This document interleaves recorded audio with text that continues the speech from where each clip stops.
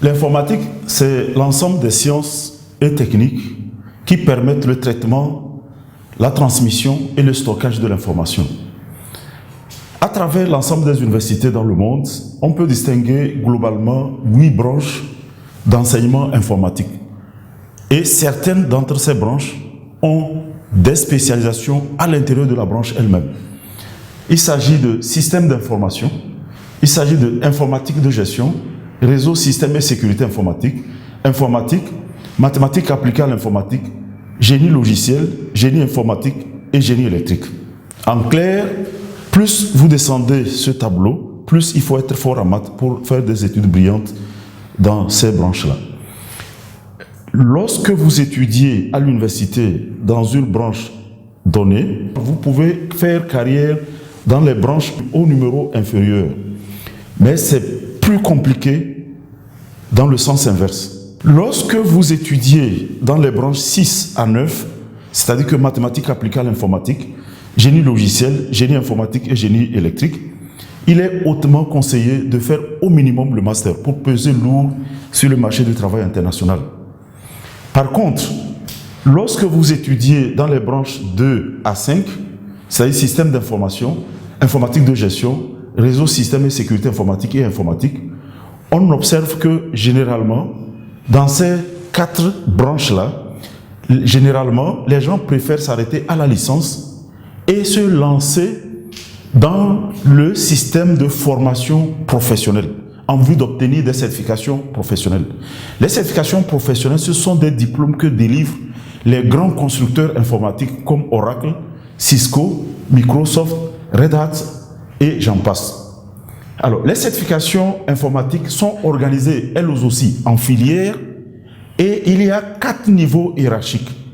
Les niveaux hiérarchiques sont débutants, intermédiaires, avancés et experts. Lorsque vous avez fait une licence ou un BTS, et si vous avez les moyens pour vous immerger dans un centre de formation spécialisé comme IPNet Expert, cela va vous prendre 2 à 3 ans en fonction de votre ardeur au travail pour passer du niveau débutant au niveau expert. Je donne un exemple.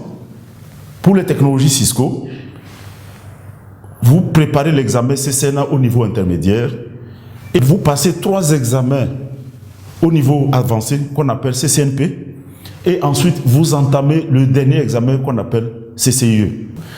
Remarquez que pour les certifications professionnelles, vous n'avez pas besoin d'avoir étudié l'informatique à l'université avant d'entamer un cycle de formation professionnelle en informatique.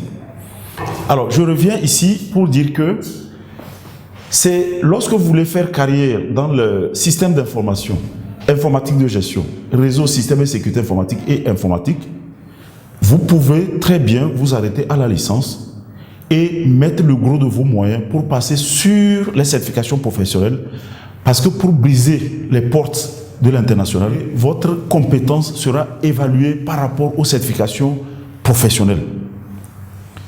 Alors, je reviens sur les 3 options qui s'offrent à quelqu'un qui voudrait faire carrière en informatique. J'ai dit la première option, c'est se qualifier pour avoir accès aux emplois dans les entreprises privées et dans l'administration dans son propre pays.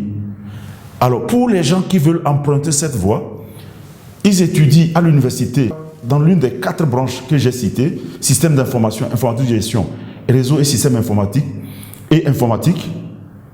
Ils s'arrêtent au niveau de la licence et ils entament le cycle de formation professionnelle. Ça, c'est la meilleure manière pour avoir accès aux emplois localement. La deuxième option, j'ai dit, se qualifier, passer par les centres d'incubation et créer des solutions pour les vendre localement ou au monde extérieur. Dans ce cas, c'est mieux d'étudier la branche numéro 5, c'est-à-dire informatique, ou la branche numéro 7, génie logiciel, obtenir votre licence ou votre master ou au-delà, et vous passez par les centres d'incubation, dont le rôle est de transformer un ingénieur en homme d'affaires. Et avant de vous lancer dans la création de solutions pour les vendre au monde extérieur.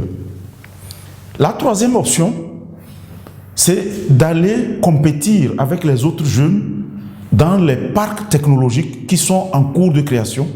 Je voudrais parler de Konza Technology City, dont la construction a commencé en 2013 et qui offrira à terme 300 000 emplois. Il s'agit de Konza Technology City au Kenya et de Hope City au Ghana voisin, dont la construction a commencé en 2013. Le gouvernement ghanéen espère la création de 50 000 emplois.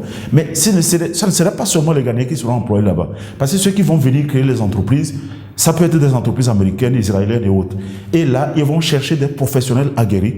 Et je veux dire, pour cette troisième option, soit vous étudiez dans les branches numéro 5 à 9, c'est-à-dire informatique, mathématiques appliquées à l'informatique, génie logiciel, génie informatique et génie électrique, et vous obtenez un master ou un doctorat, mais dans une université prestigieuse, et vous allez compétir là-bas.